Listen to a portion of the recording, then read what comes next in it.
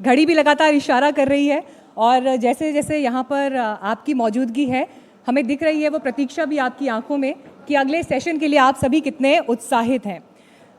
तो अगले सेशन के लिए बेस्ट सेलर किताबों के सरताज, युवा दिलों की धड़कन और कहानियों के जादूगर चेतन भगत हमारे बीच हैं। सिर्फ लेखन को ही नया मोड़ नहीं दिया बल्कि पूरी की पूरी एक पीढ़ी को उन्होंने किताबें पढ़ने की तरफ भी मोड़ दिया। उनकी कहानियाँ कॉलेज कैंपस में फेमस हुई, उनके कोट्स मोबाइल पर शेयर होने शुरू हुए, SMS पर जाने शुरू हुए। हर किताब अपने आप में एक आईना होती है, लेकिन आपकी किताबें युवाओं की स्टोरी बनी और उनके लिए इंस्पिरेशन बनी। फिल्मों में भी कहानियाँ आई तो सुपर डुपर हिट। चेतन जी, आपका मंच पर बहुत बहुत स्वागत करती हूँ और इस सेशन को होस्ट करने के लिए इनवाइट करती हूँ अपनी सहयोगी मारिया शकील को। प्लीज़ मारिया आइए।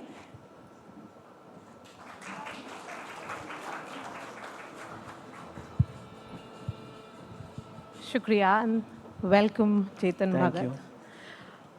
चेतन शायद इकलौते ऐसे लेखक हैं जिनके बारे में ये कहा जा सकता है कि हर रेलवे स्टेशन पर उनकी किताब रहती है और दिल्ली के बाहरी संस से लेकर पटना के गांधी मैदान में उनकी किताबें बिकती हैं।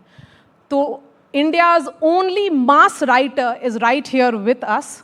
चेतन भगत, हमारे मंच पर आपका स्वागत है। थैंक यू मारिया जी, बहुत आपने बुलाया। मैं एक चीज़ बोलना चाहता हूँ, पता नहीं आप एडिट कर देना बाद में, पहली लाइन ही पर बहुत साल पहले मैं एक और चैनल ने एक शो किया था, एंकर हंट। मैं चैनल का नाम नहीं लूँगा, और उसका पता नहीं क्यों मुझे जज बना दिया था और उसका जज मैं था। और उसमें ऐसे नॉर्मली रियलिटी शो कोई जीतता है तो थोड़े दिन होता है, फिर उसके बाद भूल भाल जाते हैं लोग कि भाई ये जीता, चाहे इंडियन आइडल हो चाहे कुछ हो। तो उसमें हमने कुछ एंकर चुने जो विनर थे, और ये हो गई 15 साल पुरानी बात। और उनमें से एक विनर यहाँ पे मीनाक्षी है, जो यहाँ पे मेरे को उसने इंट्रोड्यूस किया, and she still has had a great career and feel so good. तो या जस्ट वांटेड टू से Absolutely, she is brilliant, and we are honored to have her with us now. हाँ, और बाकी आपने कहा पटना से लेके बाहरी संस तक। जी, बाहरी संस जाने में तो मुझे अभी भी डर लगता है, थोड़ा खान मार्केट थोड़ा इंटिमिडेटिंग लगता है। बट शुरू से ही मेरा ये सपना रहा है कि एक्चुअली जब मैं शुरू में मेरी बुक्स आई तो मेरे को क्रिटिक्स वगैरह ने ज़्यादा पसंद नहीं किया। तो मैंने कहा अब क्या करेंगे, तो एक ही तरीका है कि जनता पसंद कर ले। अगर जनता पसंद कर लेती है तो क्रिटिक्स चाहे ना भी करें तो ठीक है। तो फिर मैंने क्लियर इंटेंशन बनाया कि अब जनता के लिए लिखेंगे और जनता का प्यार से अपना करियर बनाएंगे। और मैंने कहा कि कई बार हम अपने आप को भारतीय लेखक कह देते हैं, इंग्लिश में स्पेशली मैंने देखा है, पर वो सिर्फ साउथ दिल्ली के लोग पढ़ रहे हैं, साउथ बॉम्बे के लोग पढ़ रहे हैं। Sort of like Indian fashion show, जब इंडियन फैशन वीक होता है, पर वो नॉर्मली साउथ बॉम्बे में हो रहा होता है या साउथ दिल्ली में हो रहा होता है। कोई वो औरंगाबाद में तो लैक्मे फैशन वीक नहीं करते। तो सॉरी, उसका नाम बदल गया ना जगह का। नहीं, अभी औरंगाबाद, बिहार वाला औरंगाबाद बिहार में है वैसे। हाँ, प्रयागराज अलग। Sorry, I get confused. So I think I always wanted कि like a Indian writer who is read all over India, if I can be that. उसके लिए मैंने कहानियाँ ऐसी चुनी जो सबको पसंद आए। हिंदी और इंग्लिश दोनों में मैंने शुरू किया बात करना। कई सारे ऐसे स्टेप्स लिए क्योंकि मुझे लगा कि जब मैंने लिखना शुरू किया था तब एटलीस्ट जो लोग इंग्लिश में लिखते थे उनकी सारी टारगेटिंग होती थी कि बाहर UK वगैरह में छपें, बुकर प्राइज़ मिले, कोई इंटरनेशनल रिकॉग्निशन मिले। पर मुझे लगा हमारे देश में ही इतने लोग हैं इंग्लिश पढ़ने वाले कि उसको पूरा इग्नोर किया जा रहा है। तो आपको कभी बुकर्स प्राइज़ या कोई इस तरह के अवार्ड की चाहत नहीं हुई? देते भी नहीं है। एक वो ट्रम्प साहब को पीस प्राइज़ नहीं मिल रहा है, एक मुझे बुकर नहीं मिल रहा। और जैसे वो कहते हैं, लेकिन वो उन्होंने तो लिखा है अब तक मुझे 4-5 बार मिल जाना चाहिए था। मैंने कहा मेरे को भी ऐसे लगता है कई बार। लेकिन वो कोशिश कर रहे हैं, बार बार बोल रहे हैं कि मुझे इस वजह से नहीं मिल रहा। हाँ, पर उनको मैंने इतना कोशिश किया फिर भी नहीं मिल रहा। आई नो, पर उनको तो पाकिस्तान नॉमिनेट कर रहा है पीस प्राइज के लिए। पाकिस्तान कैसे, मतलब किसी को पीस प्राइज के लिए नॉमिनेट कैसे कर सकता है? हाँ, इट्स लाइक अ दारू की दुकान डी एडिक्शन क्लिनिक खोल रही है। लाइक आई मीन ओके, तो मेरे को अभी तक नॉमिनेशन आया नहीं है। कोई ऐसे आसिम मुनीर टाइप लोगों से आएगा तो शायद मिल जाएगा। चेतन, 25 साल पहले ये सफ़र शुरू होता है। हाँ, 5 Point Someone सबसे पहली किताब आपने लिखी, उसके बाद काफ़ी सारी ऐसी किताबें आई हैं और हर किताब के जो शीर्षक है वो एक ऐसा शख्स होता है जो हमारे बीच में होता है, लेकिन वो उसकी इंसानियत फाइनली आपके चैप्टर्स में वो निखर करके आती है। तो ऐसा क्या है कि आपने आम लोगों पर किताबें हमेशा लिखी हैं? क्योंकि मुझे हीरो कई प्रकार के हो सकते हैं, जैसे हर कहानी में एक हीरो या हीरोइन भी आप जो भी मतलब जो मेन आपका प्रोटैगनिस्ट बोला जाता है वो कई तरह के हो सकते हैं। एक है जो जाके पूरी आर्मी से लड़ता है, कोई बहुत बड़ा किंग है या कुछ ऐसे कॉन्करर है, कोई ग्रेट आदमी है, लेकिन हीरो और वो कुछ ग्रेट चीज़ करता है। एक हीरो वो हो सकता है जो ऑर्डिनरी है, बस हार नहीं मानता, and I feel that is a more interesting hero to create, क्योंकि वो हम सब वैसे ही फील करते हैं। नन ऑफ अस फील कि we are great, none of us feel कि हम में कुछ इतनी खास बात है। आई फेल्ट कि बहुत सारी भारत की कहानियाँ हैं जो कभी आती नहीं हैं। जैसे जो पहली बुक आप देख लें, that is a long time back, but education system India का जो है, एवरीबडी सफ़र्स, एवरीबडी फील्स कि उसमें कुछ गड़बड़े हैं, but there was no story on the education system of India. So that book was, I think that is the reason that book did well. किरदार तो थे ही, लेकिन उसमें जो मुद्दे उठाए उसने और जो बाद में फिल्म ने भी उठाए, वो कुछ ऐसे थे कि लोगों को बहुत ज़्यादा कनेक्ट कर गए। ना सिर्फ इंडिया में, कई और जगह भी, इवन चाइना, कोरिया वगैरह में वो फिल्म बहुत चली। तो आई थिंक कहीं ना कहीं मैं कोशिश करता हूँ कि सोसाइटी में जो लोग फील कर रहे हैं, जो चीज़ चल रही है, स्पेशली उनके करियर और उनकी रिलेशनशिप्स, लव स्टोरीज़ के अराउंड, और जो हमारे आर्ट में, कल्चर में दर्शाया नहीं जा रहा है, हमारी फिल्मों में वो चीज़ें नहीं बताई जा रही हैं, हमारे टीवी प्रोग्राम्स में वो चीज़ें नहीं बताई जा रही हैं, मैं वो कहानी सामने लाने की कोशिश करता हूँ। Normally that has worked for me. तो आप ये क्यों कह रहे हैं कि OTT पे या कोई भी प्लेटफॉर्म्स पे ये कहानियाँ नहीं बताई जा रही हैं? कैसी कहानियाँ हैं जो आपको लगता है नहीं बताई जा रही हैं? शायद इसीलिए सिनेमा घर में आजकल लोग नहीं जा रहे हैं, सिनेमा थिएटर्स में आजकल फिल्में नहीं रिलीज़ हो रही हैं, हिट्स नहीं हो रही हैं। देखिए, बहुत सारे ऐसे एक चीज़ें हैं, मतलब मैं हर कहानी तो नहीं बता सकता, लेकिन क्या होता है कि फिल्में भी और OTT के साथ भी अभी ये हो गया है कि एक दो चीज़ें जो हिट हो जाती हैं, जैसे अगर पुष्पा हिट हो गई तो पुष्पा टाइप 10 पिक्चरें बनेंगी, क्योंकि वो 10 लोग उसको पैसे देने लग जाएंगे। तो वो बिज़नेस एक व्यापार की तरह उसको देखते हैं कि भाई ये अभी एक्शन मूवीज़ चल रही हैं तो अब एक्शन पे ही जोर, कभी जवान आ रही है, कभी कुछ आ रही है, तो वो दे आर, अगर ऐसी चीज़ लेना जो सोसाइटी में है लेकिन उसको बताया नहीं गया है, वो भी हिट हो सकता है और 100% हिट होगा, लेकिन उसमें रिस्क बहुत ज़्यादा है, क्योंकि आज तक वैसी कोई चीज़ बनी नहीं है, नहीं बताई जा रही, तभी तो हम बता रहे हैं। वो करने वाले लोग कम हैं, इवन OTT में कम है। OTT में भी एक ट्रेंड आया, थ्रिलर बनेगा, तो थ्रिलर ही बनते जा रहे हैं। या फिर एक ऐसा ट्रेंड आया कि रूरल इंडिया में कैसे क्राइम व्राइम होता है, उसी पे बने जा रहे हैं, रस्टिक, मिर्ज़ापुर, पंचायत और अपहरण, वो तो बड़े सारे एक के बाद एक, which is good, they are good shows, but fundamentally जो पहली बार वो गैंग्स ऑफ वासीपुर में वो चीज़ हो चुकी है, उसी के भाई बहन बने जा रहे हैं एक तरह से, from a issue point of view. तो आई थिंक उसके लिए एक सर्टन रिस्क टेकिंग चाहिए, जो नहीं हो पाती फिल्मों में भी और OTT में भी, क्योंकि बहुत पैसे लगते हैं। लेकिन आपने रिस्क लिया, काई पोचे, 3 इडियट्स, पहले बुक्स थी, किताबें आई, पहले तो किताबें थी। आई थिंक किताब में रिस्क थोड़ा कम होता है, और उस टाइम पे credit to the film makers जिन्होंने मेरी कहानियों पे फिल्म बनाई, कि उन्होंने उन पर रिस्क लिया। कायपोचे अनकन्वेंशनल स्टोरी थी अपने टाइम पे, 3 इडियट्स भी, आमिर खान को ऐसे इंजीनियरिंग स्टूडेंट बनाना जबकि he was a romantic hero, action hero, that was a very big risk they took at that time. तो या so it has happened in my case, but generally कम होता है। हालांकि जैसे अब मेरी अगली किताब जो है, उसमें मैं एक अगेन रिस्क, आजकल जो लोगों के रिलेशनशिप्स हैं, मेरा ये व्यू है, जो यंग लोगों के रिलेशनशिप्स हैं, सब काफ़ी कंफ्यूज हो गए हैं। एक तो आधे से ज़्यादा रिलेशनशिप चैट पे चलता है, ठीक है ना, तो उसमें तो आधा वैसे ही कंफ्यूजिंग है, समझ ही नहीं आ रहा इमोजी पे कैसे आप जज करो कि भाई ये मुझसे प्यार करता है या नहीं करता। Honestly like that's all you have, कि उसने मेरे को ये वाला इमोजी भेजा है, इसका क्या मतलब है, इंटरप्रेट कर रहे हैं। हाँ, मतलब वो यू नो वो हार्ट जो मुंह पे लगा वाला किस है या वो लिप्स वाला किस है। I mean it's a serious thing, because I know ऐसे हंसने की बात लगती है, लेकिन it is millions of people who are getting affected by this. एक और चीज़ आजकल चली हुई है, घोस्टिंग। घोस्टिंग कितनों को पता है क्या होता है? हाथ ऊपर करो। घोस्टिंग, अब देखो सिर्फ ये यंग जवान लोगों को पता है, ये जो थोड़े ओल्ड लोग बैठे हैं फ्रंट रो में, उनको कोई आइडिया नहीं क्या हो रहा है, ठीक है, फ्रंट रो में ओल्ड ही बैठते हैं, वो पीछे से आगे आना ही लाइफ की जर्नी है बस। तो घोस्टिंग इज, जो आप लोगों को बता दें कि जैसे आप और मेरी चैट चल रही है, कैसे हो भाई साहब, ठीक है, मैं भी ठीक हूँ, अच्छा मिलते हैं, अच्छा ये बताइए कि आप आज कहाँ जा रहे हो, मैं आपका जवाब देना एकदम बंद कर दूँ, सडनली बंद, इट्स ओके, कोई रीज़न नहीं, कोई प्रोवोकेशन नहीं, कोई लड़ाई नहीं, सब कुछ आपने, आप अच्छे से चाय पी के एक डेट पे भी आप गए हो, खाना खाया आपने, okay very nice to meet you, ये वो, वापस जाके हाय व्हाट्सअप कब मिल रहे हैं, नो जवाब।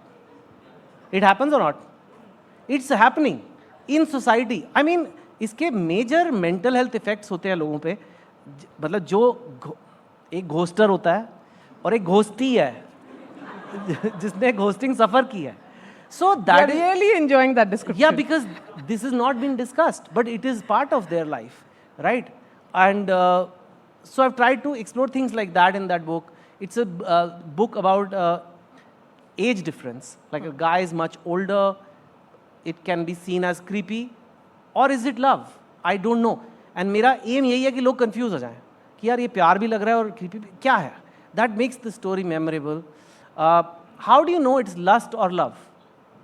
How do you know कि ये आजकल क्या हो गया कि very quickly people are like relatively quickly sleeping around, they are having sex with each other, and it feels a very intimate bonding experience. But how do you know this is the one? This person is the one. अब जैसे मैंने जो sex word बोल दिया, आधे लोगों की तो यहाँ उसी में फट गई है। तो we are not discussing these things, but ये इतना इंपॉर्टेंट पार्ट है लोगों के दिमाग का कि is this person the one? How do you know it's love और lust? How do you really know कि ये जना, क्योंकि आजकल लोग हैं कि मज़ा आता है इसके साथ, डेटिंग में मज़े आ रहे हैं, थोड़े से मज़े कम हुए अगले पे चले गए। But to spend your life with one person, लोगों को लगता है ऐसे कैसे होता है? हम सब कर ही रहे हैं शादियां कर के, पर a lot of people feel ऐसे कैसे हो सकता है, यू नो, लाइक अब बोरिंग हो गया है। So these are things which I feel need exploration. Best way is to do it through a nice story which makes people think. अभी तो मैं कॉन्सेप्ट्स बता रहा हूँ आपको। So I feel this is opportunity for me to write also, and it's genuinely, मेरे को भी क्यूरियोसिटी है इन चीज़ों के बारे में कि आजकल चल क्या रहा है। सिचुएशनशिप, आपको पता है क्या होता है? हाँ, I am aware of it. क्या होता है? पर्टिकुलर सिचुएशन में आप रहते हो। मतलब कुछ भी मतलब हो सकता है, कोई एक मतलब नहीं है उसका, है ना? कुछ भी सिचुएशन, मतलब कुछ चल रहा है, इनका टांका है कुछ, है ना? But it is like non committal, मतलब डिस्क्राइब नहीं कर पा रहे आप।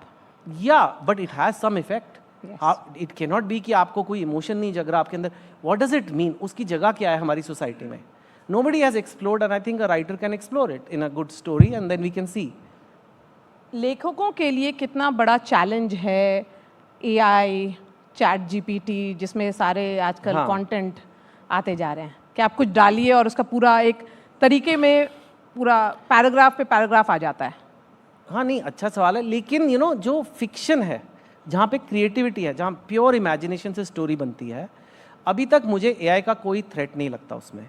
मैंने ट्राई करके देखा है, मेरे लिए तो काम आसान हो जाए, मेरा तो नाम है मार्केट में, चैट जीपीटी लिख दे कहानी, मैं घर पे बैठूँ आराम से, यू नो। बट नहीं हो रहा, वो नहीं कर सकता। मैंने एक वीज़ा के लिए अप्लाई करना था, मैंने कवर लेटर चैट जीपीटी से लिखवा लिया कि मेरे को यहाँ घूमने जाना है, ज़रा वीज़ा मंगाओ। उसने इतने झूठ डाल दिए उस चिट्ठी में कि हम मुझे ये जगह घूमनी है, वहाँ घूमनी, मैं कंट्री का नाम नहीं ले रहा क्योंकि अगली बार फिर देंगे नहीं, तो ये यहाँ जाने वाला, तो उसके लिए ठीक है, सम वेरी टास्क, मतलब एक उसको उसमें कोई लाइक रेपिटेटिव सा टास्क है, कवर लेटर होनी नहीं चाहिए, इसलिए वो फटाफट कर देता है कट पेस्ट टाइप में। लेकिन एक अच्छी स्टोरी क्या होती है जिसमें आपको emotion, either you cry, you laugh. Chat GPT का ट्रबल्ड चाइल्डहुड नहीं था, मेरा था। चैट जीपीटी को उसके पापा ने उस पर नहीं चिल्लाए, मेरे पापा चिल्लाए थे, राइट? चैट जीपीटी का दिल नहीं टूटा है, मेरा टूटा है। How can it compete with me? It can not compete. वो वर्ड में वर्ड लिखता जाएगा। लेकिन क्रिएटिव राइटर्स यूज कर रहे हैं ये सब platforms. You can, they are trying, but they are not working. I don't think it creates good work so far. Like I said, but I can use it कि spelling mistakes निकाल दे भाई, grammar निकाल दे, दो चार चीज़ें जो critics बोलते हैं वो मैं ठीक कर देता हूँ, चैट जीपीटी से हो जाता है वो। मतलब वो फालतू चीज़, जो मेन सोल है कहानी का जो मेन इमोशन है, वो कहाँ से चैट जीपीटी क्रिएट करेगा? वो नहीं कर सकता। वो it's basically using all the data on the internet उसी को घोल मोल के आपको परोस रहा है. So it's not possible. It's like saying कि one day a robot will make really good food, maybe, but अभी तक नहीं कर पा रहा. But a robot can do lot of other things, but it cannot like वो it cannot create that soul. कितना confident है आपके जो युवाओं का पल्स है, क्योंकि एस्पिरेशनल इंडिया की हम चर्चा करते हैं, आपको जो 20 साल पहले आपको युवा का सेंटिमेंट समझ में आता था, आज भी समझ में आता है?